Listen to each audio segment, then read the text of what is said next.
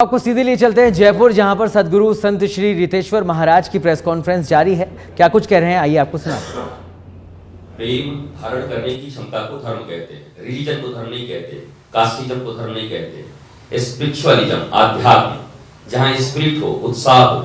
चूंकि मैगोले की शिक्षा व्यवस्था ने हमें गलत चीजें पढ़ाई हैं, इसलिए हम भूल जाते हैं कि असली धर्म क्या है। तो मैगोले की शिक्षा व्यवस्था के अनुसार हमने धर्म को समझ लिया जो नफरत है, जो बांटता है।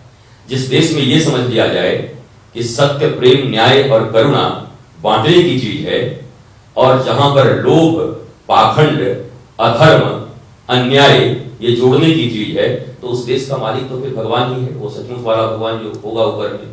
तो मुझे लगता है आप पत्रकार हैं, आप चंचल हैं, आप बहुत चंचलता से आप पत्रकार हैं, और पत्रकार का यह पहला धर्म है कि वो सही चीजों को लोकतंत्र के चौथे स्तंभ होने के नाते रियल धर्म का परिभाषा भी दें।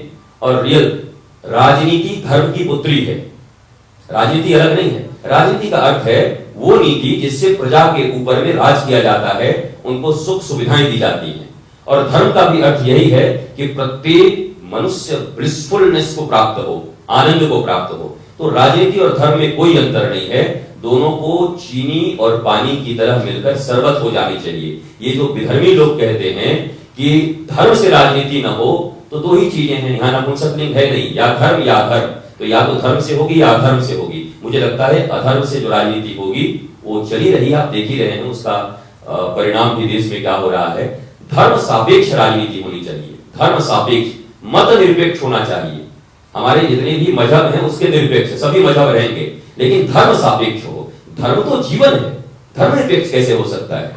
धर्म सापेक्ष राजनीति के लिए, मतदान करने के लिए मतदान ज्यादा से ज्यादा हो, इसके लिए मेरा यहाँ पर आगमन हुआ है। मैं समझता हूँ कि आप भी इस बात को समझ पाएंगे और जनता भी समझ पाएगी कि धर्म और राजनीति और सांप्रदायिकता का ये जो खेल 70 सालों से चल रहा है, उसका अर्थ नहीं जानते हम, न हम हिंदी जानते हैं, न हम संस्कृत जानते हैं, जिसके कारण से हम सांप्रदायिकता को ही बुरा कह देते हैं। लोग कहते हैं आप सांप्रदायिक हैं, गर्व से कहिए हम सांप्रदायिक हैं। सम्यक प्रकार से हमारे पूर्वजों ने जो हमें प्रदान किया है उसको संप्रदाय कहते हैं। तो आप कितने डर क्यों जाते हैं संप्रदाय के नाम से? अरे मैं सांप्रदायिक नहीं हूं, अरे मैं घोर सांप्रदायिक हूं। मेरे पूर्वजों ने, मेरे भारत के लोगों ने जो मुझे दिया है वो मैं उसका निर्वाह कर रहा हूं।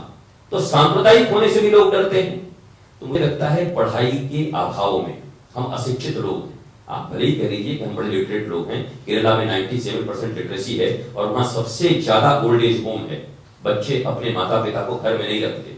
ये शिक्षा, ऐसी शिक्षा के लिए भारत देश है जहां श्रवण कुमार जैसे लोग हैं जो अपने अंधे माता पिता को कांवर में बैठा करके और तीर्थ यात्राओं का भ्रमण कराते हैं। और ये वो देश है जहां 97% शिक्षा शिक्षा शिक्षा, लिटरेसी 97%, और माता पिता घर में नहीं रह सकते, ओल्ड एज होम में रहते हैं। इसका मतलब है अंग्रेजों ने हमें जो शिक्षा दी, जो पुलिसिंग व्यवस्था दी, वो अब समाप्त होना चाहिए था, अभी तक नहीं हुआ। 75 साल हो गए, अब समाप्त होना चाहिए। इसके लिए भी ये मतदाता जागरण।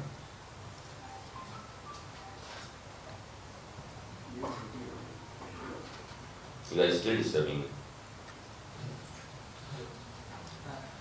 गुरुजी, सुनील यादव, सच वेदड़क से। मेरा सवाल है कि जब भी चुनाव आते हैं राष्ट्रवाद की बहस छिड़ जाती है।